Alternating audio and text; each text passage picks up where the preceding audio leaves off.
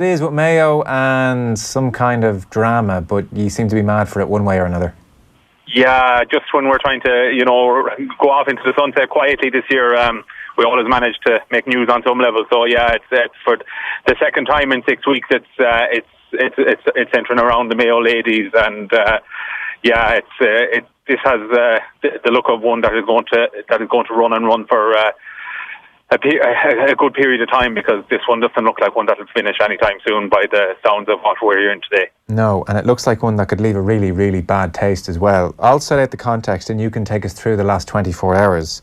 So back in June, and the Mayo News broke this story and we spoke to you at the time, 12 players left the Mayo team. 8 of them were from Carnacon, which is Cora Staunton's club, All-Ireland champions as well, we should say. And they cited player welfare issues. Still no real word on what exactly was going on there, or the specifics. I mean, it all went very quiet and there was no even real leak into the story, but they left anyway. Mayo continued on in the championship without them.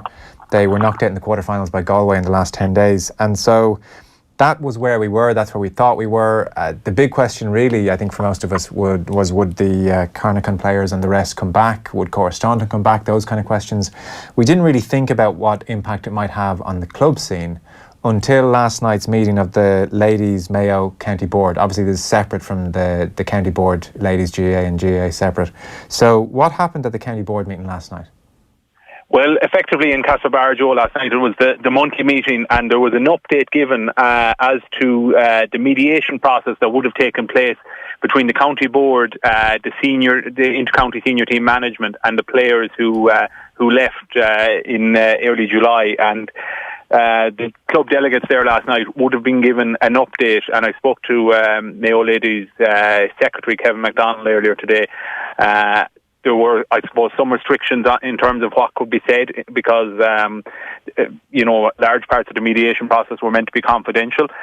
But clearly there was enough information given, or certainly enough ascertained by delegates that there was a strong feeling in the room against Carnacon, and that what was proposed arising from that discussion about the mediation was a sanction against Carnacon. And the sanction that the meeting agreed on overwhelmingly, 29-4 is the vote I've been given, that they voted 29-4 that Carnacon should be cited under for bringing the Ladies Gaelic Football Association into disrepute. That's Rule 288 of the official guide. To give it its full wording, any member of the association found guilty of conduct calculated to bring the association into disrepute shall be liable to expulsion or suspension by the committee, board or council concerned. So that was the decision the meeting took, and then the next decision was what the sanction would be, and they agreed upon, and again by a large vote, that Carnacon would be suspended from club championship and club league games in Mayo for the 2018 season, and the vote here was 26-2 in favour of that sanction. Now, obviously, there's a discrepancy with the maths there. Yeah. Seemingly, there was a number of spoil votes for that second vote, but that was effectively what was ruled upon. The Carnacon, the defending All-Ireland club champion, 6-time All-Ireland winning senior club team, will not be able to defend their All-Ireland, their Connacht or their county championship in Mayo this year. So absolutely sensational news, and we were all caught off guard. I don't think too many outside of those people that were in the room last night possibly saw this coming. Maybe a lot of people in the room itself didn't see it coming, but clearly there was some strong feeling in there that led to the discussion going this way in the first place. But that's where we are with it now, and Carnacon have indicated that they will certainly be appealing this. They're having a club meeting tonight. They may issue a statement subsequent to that, but they will appeal it. They have 5 days to appeal it to the Connacht Council. So that's the current state of affairs. So Rule 288 is the one that relates to bringing the game into disrepute. We're on fairly steady ground, concrete ground, to say this is to do with them walking off the Mayo panel. There's no other issue that could potentially be at play here from a Carnacon point of view. No, that was absolutely confirmed. I spoke to Kevin McDonald about that, and I asked, for instance, what was the difference between the 8 Carnacon players and the Carnacon club being sanctioned, as opposed to the 4 other players from 3 other clubs, Hollymount, Castlebar, Mitchells and Knockmore, if I'm not mistaken, that they weren't sanctioned or punished. So where was the difference between the two?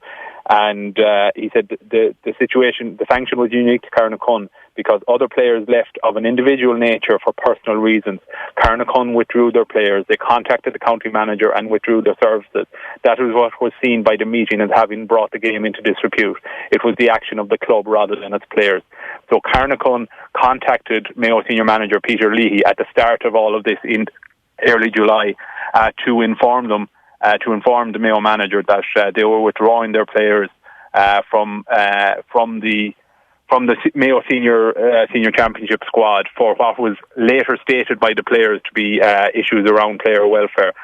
We don't know exactly how the conversation went with the Carnacon representative and Peter Leahy at the time, but player welfare issues sensitive to the players involved were the reasons given in a statement to the WGPA on Tuesday, July 10th. So that's why Carnacon were, I suppose, singled out here, that they acted as a club in a way that Mayo Ladies County Board and its delegates felt was brought the association into disrepute. That's staggering. It's the most ridiculous thing I've ever heard. They're perfectly entitled to withdraw their players over player welfare issues if they want to. And they didn't do it without the players' agreement. I mean, they didn't just dream it up. Like, the players clearly talked to the club and said something's not right here. I mean, like, this is just, I mean, and this is saying something. This is one of the worst decisions I think you can remember happening. Okay, I actually don't even know where you start with something like that. Absolutely, and I think disrepute. They haven't brought the game into disrepute. Like, they just haven't.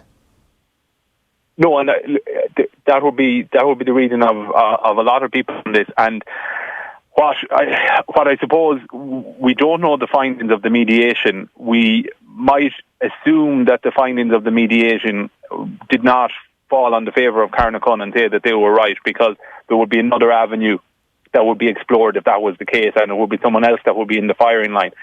But I suppose it's one thing to say that we could not substantiate your allegations or what was saying, but it's another thing entirely to say that and to sanction them as if these allegations were untrue and as if they were vexatious, which is effectively what this sanction is saying, that there was no grounds for it. Now, I spoke to Beatrice Casey, the Carnacon Club secretary. Like I said, they're having a meeting tonight. They're 100% are appealing, and her line on it was very simple.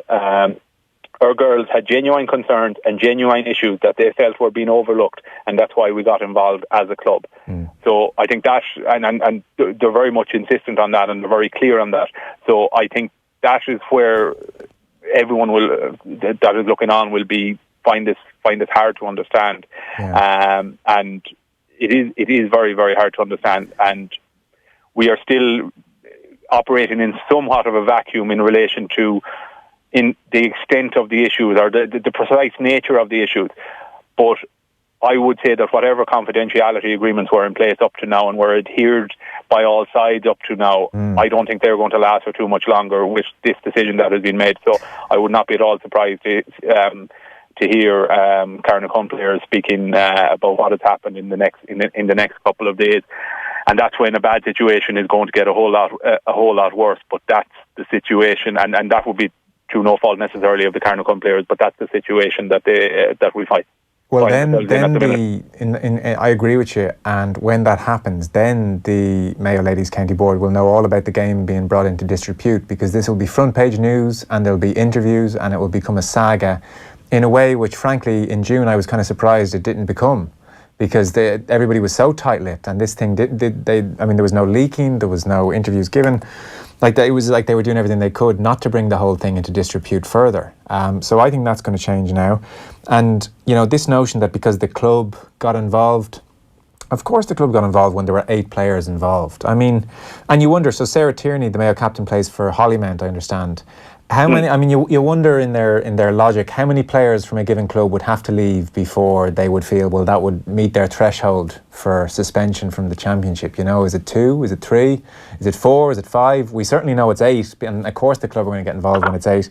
And then, I mean, to punish the Carnacon management and the other players who've nothing to do with this and who are All-Ireland champions, you can only imagine how hard they worked last year.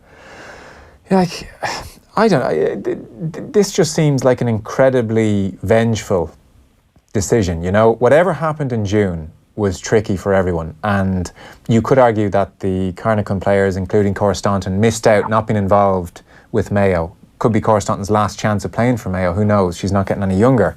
And so, I guarantee you the consensus in Mayo will be, look, well, that was punishment enough. Leave the club side of things alone. I can't see this coming down. I can't see the people of Mayo coming down on the Kenny Board's side here.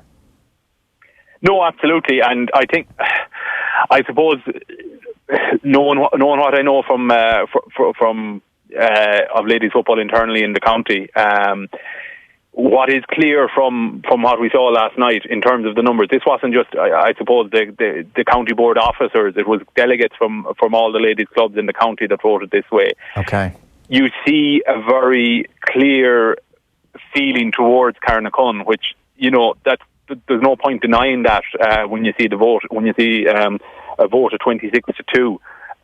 And what that tells you is Carnacon are not a loved club within ladies football in Mayo, which certainly is strange when you look at their success outside of Mayo. They've won 6 All-Irelands. They've brought great glory to Mayo. I find it hard to pinpoint why it is that they're not well liked within Mayo.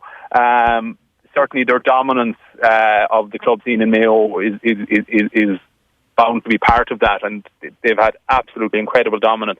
They're going for their 18th successive county title in a row. No other team has won a Mayo Senior Football Ladies Championship in this millennium other than Carnacon.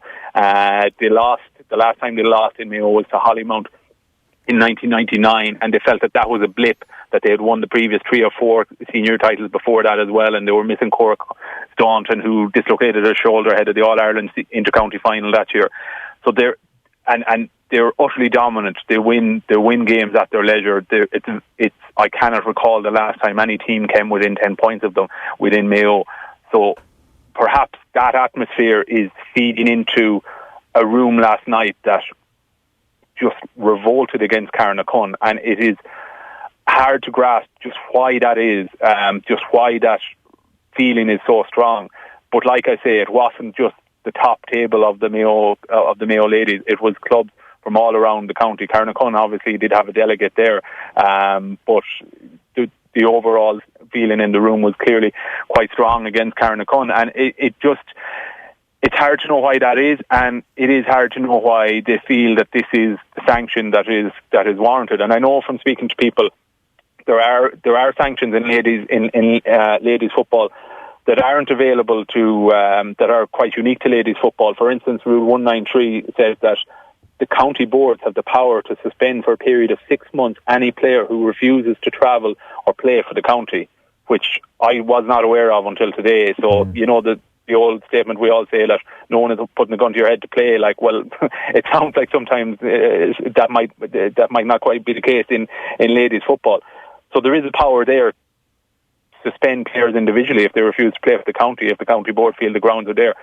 But to take this action for the club, and the rule being cited, it's not a very specific rule. No, it's a very general term. It's suitably broad, Edwin. It's suitably broad here. It's suitably broad, whereas that rule about individual players is very specific, and you know, you could argue whether they deserve to be brought under it or not, but it's very clear what it applies to. The rule that Rule 288 that Carnacon have been pulled under is, you know, there's any amount of different offences or perceived offences that could come under the remit of that rule, and it's very hard to see it surviving the decision of the Mayo Ladies Board. You know, not to preempt an appeals process, but it's very hard to see that sanction surviving an appeals process, which will take place presumably in the next couple of weeks, because the championship in Mayo Carnacon are due to play their next round by the middle of September. Okay. And they're due to train. Beatrice was telling me their next training is Friday evening. So, you know, this does need to move quite quickly on a practical level. So it is on so many levels. It's bizarre and unprecedented. You know, I've never heard of a sanction like this for a club in ladies football or men's football, hurling or camogie in the country. No, it's the most severe punishment you can dish out. So 26-2 again was the vote in amongst the delegates who haven't, outside of Carnacon, obviously won a county championship in 18 years, and maybe that goes some way to explaining things.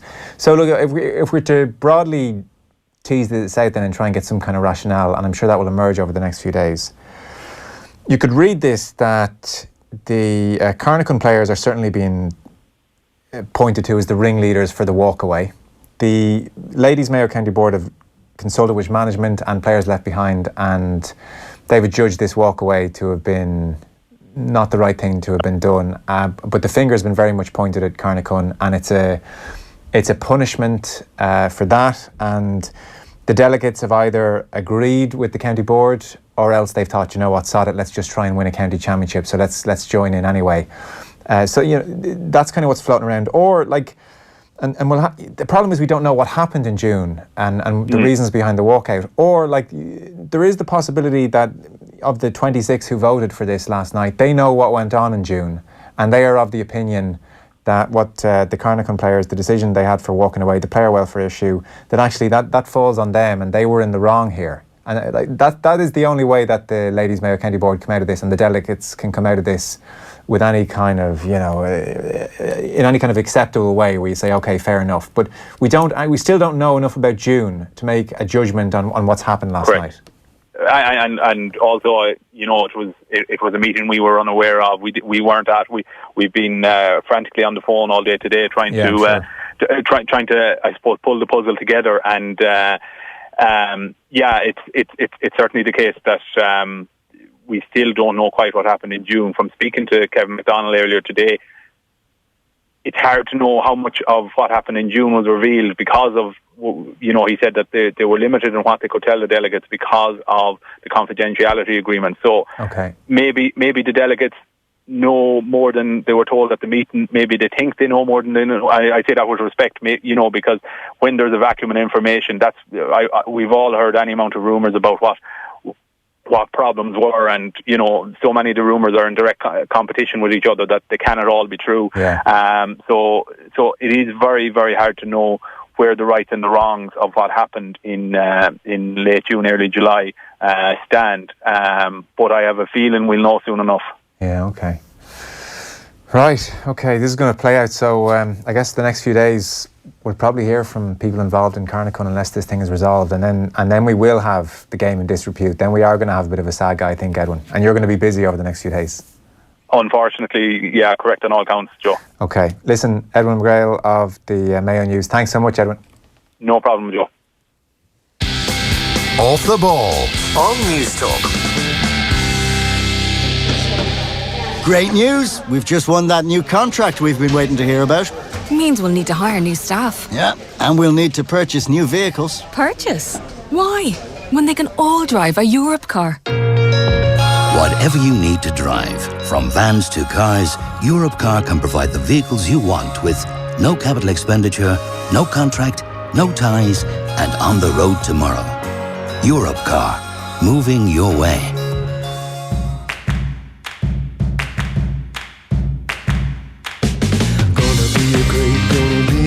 Gonna be a great flaming day. Easy Living Summer Sale has been extended. For one more weekend, don't miss your very last chance on our amazing offers. All at Easy Living Summer Sale. Extended until this Sunday only. Your very last chance to save. Gonna be a great